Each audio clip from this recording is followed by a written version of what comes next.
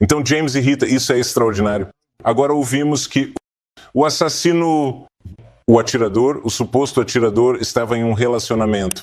Sua amante era uma pessoa transgênero em transição de homem para mulher. São as últimas notícias.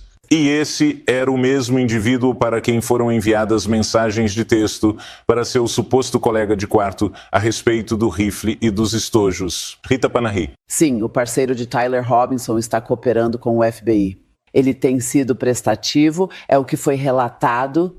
E sim, ele ser trans é apenas mais um desenvolvimento, acrescenta uma camada extra ao que poderia ter motivado esse cara. Mas esse cara, se ele é o culpado e as autoridades estão muito confiantes de que pegaram o homem, ele nos contou por que fez isso. Há muita especulação de que a esquerda está se esforçando ao máximo para tentar lançar alguma dúvida sobre se isso foi um assassinato com motivação política, quando não há dúvida nenhuma, porque o assassino nos disse por que fez isso. Ele não tem sido tímido ao dizer por que fez isso. E se não aceitarmos a realidade, se não encararmos a verdade, não vamos superar esse ponto. E pior do que tentar lançar dúvidas sobre o que motivou esse assassinato são aqueles atores desonestos. Às vezes eles são apenas desonestos, às vezes são estúpidos. Eu realmente não me importo com qual é qual. Mas eles mentem, fabricaram fotos do suspeito com uma camisa do Trump, tentaram retratá-lo como algum tipo de indivíduo maga ou republicano, só porque a família dele é composta por conservadores religiosos que frequentam a igreja.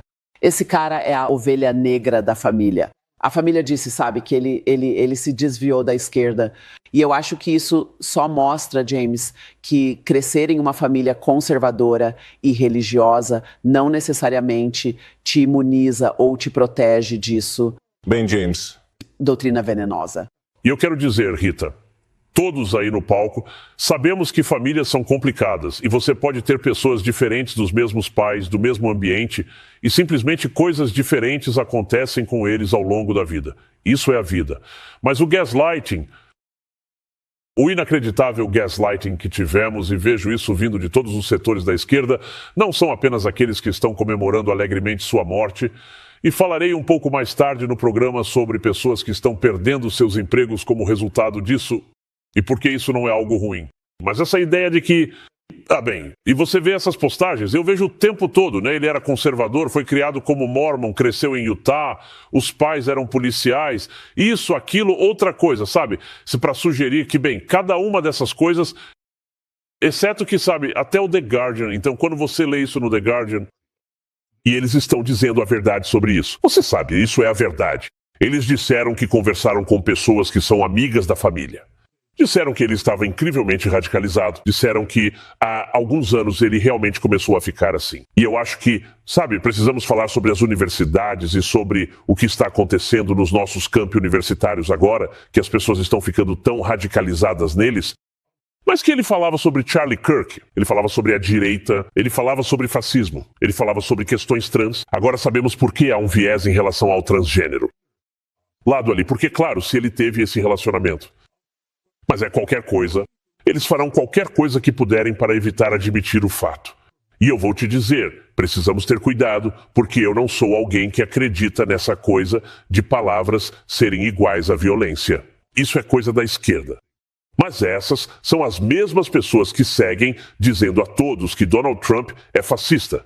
Pessoas como Charlie Kirk são fascistas. Eles são uma ameaça à democracia, ao modo de vida democrático, à República Americana, à liberdade, à autonomia, a tudo isso.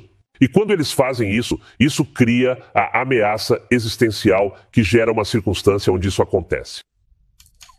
Eu não acho que precisamos ter receio de dizer isso de forma alguma. Há uma incitação clara para esse crime. Há uma incitação clara para a tentativa de assassinato contra Donald Trump. Há uma incitação clara quando você usa palavras de violência. Você racionaliza responder com violência. Quando você chama alguém de fascista, quando você chama alguém de odioso, cheio de ódio. Quando você difama falsamente essas pessoas de todas as formas possíveis e atribui a elas todo tipo de crença que elas nem sequer têm. Então você está dando a algum indivíduo perturbado uma permissão para fazer exatamente o que aconteceu agora.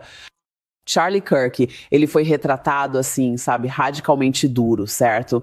Figura. As opiniões dele são tão comuns no movimento conservador, tão comuns na comunidade, que ele não é um incendiário radical. E ouvi várias citações dele, mais uma vez, usadas como arma para tentar justificar a maneira como a esquerda está reagindo a isso, a feiura, a insensibilidade disso, a maneira como muitos estão respondendo. Coisas como, há uma citação circulando, sabe? Eu não gosto de empatia. As pessoas têm repetido isso por aí. Eu odeio a palavra empatia. Se você olhar a citação completa, ele está falando sobre isso. Ele prefere a palavra simpatia, porque empatia denota que você sente o que outra pessoa está sentindo. Eles veem alguém que está machucado e você também está sofrendo, enquanto a simpatia é algo muito mais genuíno. Foi um argumento semântico que agora foi usado como arma. É isso que eles fazem o tempo todo. Eles tiram as coisas do contexto.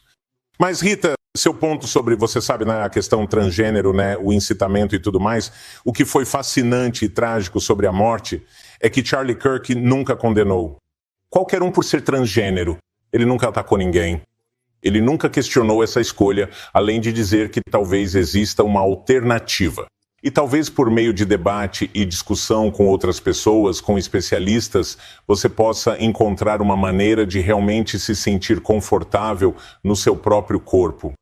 Agora, o que é fascinante é que o seu slogan "Prove que estou errado", a única maneira que esse suposto assassino poderia provar que ele estava errado.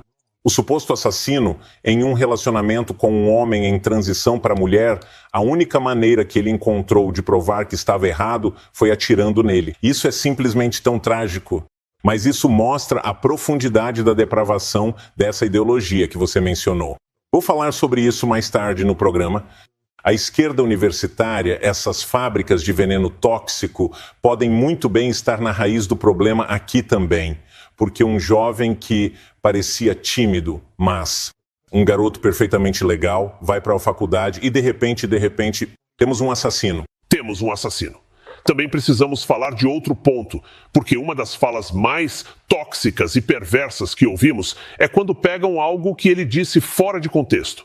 A principal coisa tirada de contexto é a ideia de que Charlie Kirk apoiou a segunda emenda, o direito de portar armas, e disse que você tem a segunda emenda, haverá algumas mortes por causa disso, mas vale a pena para preservar a liberdade. E ele deu uma explicação muito mais ampla sobre isso, inclusive dizendo coisas como, acho que ele argumentou que, poderíamos proibir todos os carros amanhã, mas temos o direito de dirigir. E você não teria nenhum pedágio nas estradas, mas aí está. E então você tem todos esses vídeos incríveis, e eu passei vários no meu programa de sexta-feira, e com certeza veremos mais alguns depois, de pessoas dizendo, haha, você acredita na segunda emenda e olha só que ironia, você foi baleado.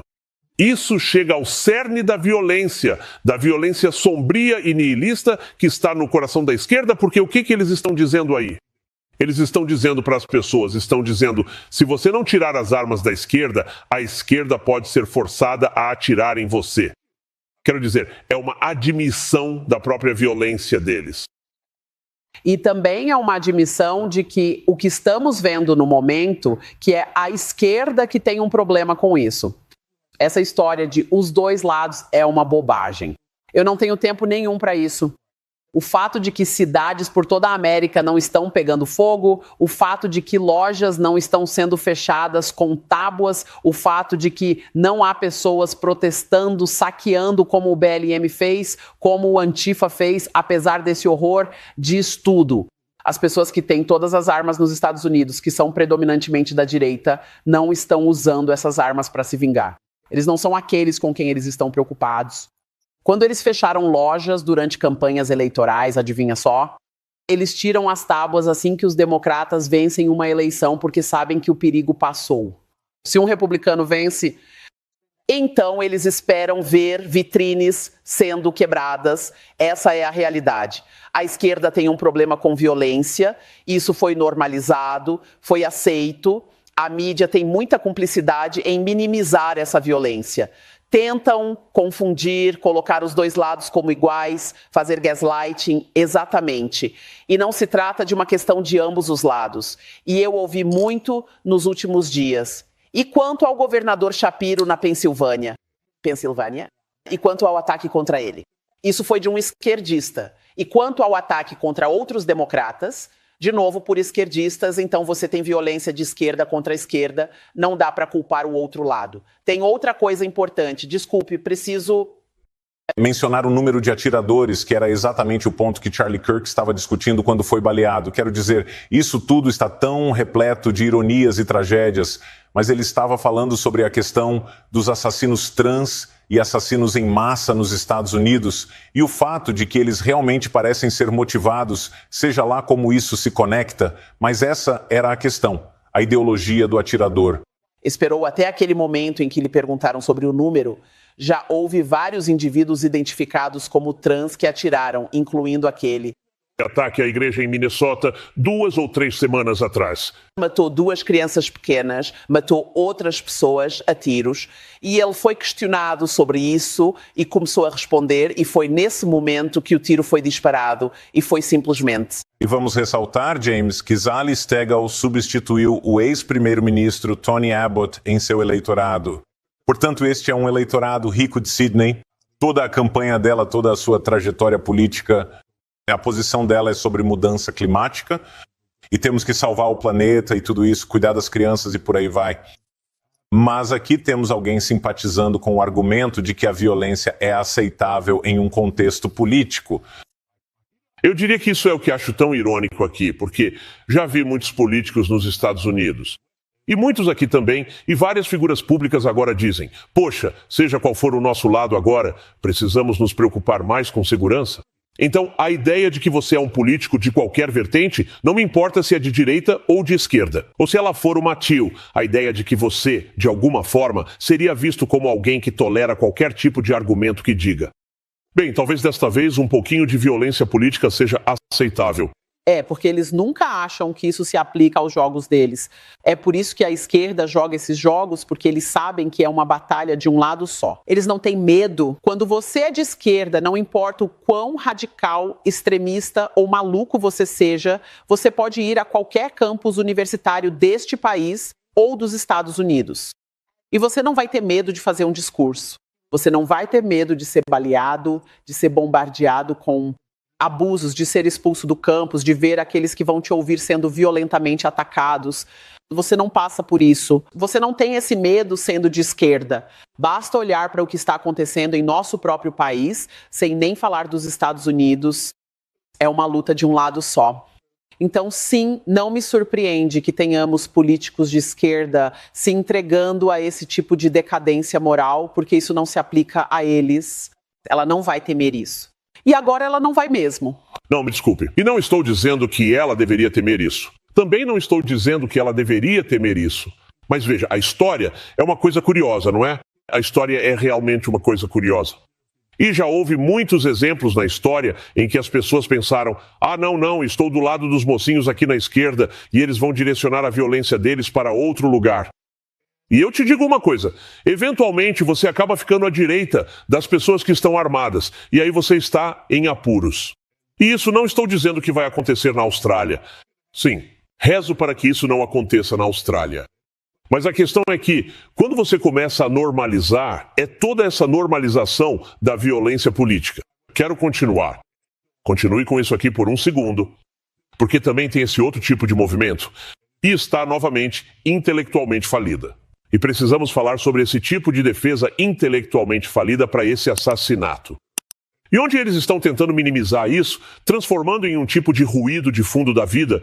Bem, alguém foi baleado. Bebês estão morrendo em Gaza. Alguém passou fome aqui, esse tipo de coisa. E como você pode ficar bravo com Charlie Kirk quando todas essas outras coisas com as quais nós, da esquerda, nos preocupamos, estão acontecendo? O que isso faz é um esforço consciente para minimizar o horror do que aconteceu, para que possa acontecer de novo. É isso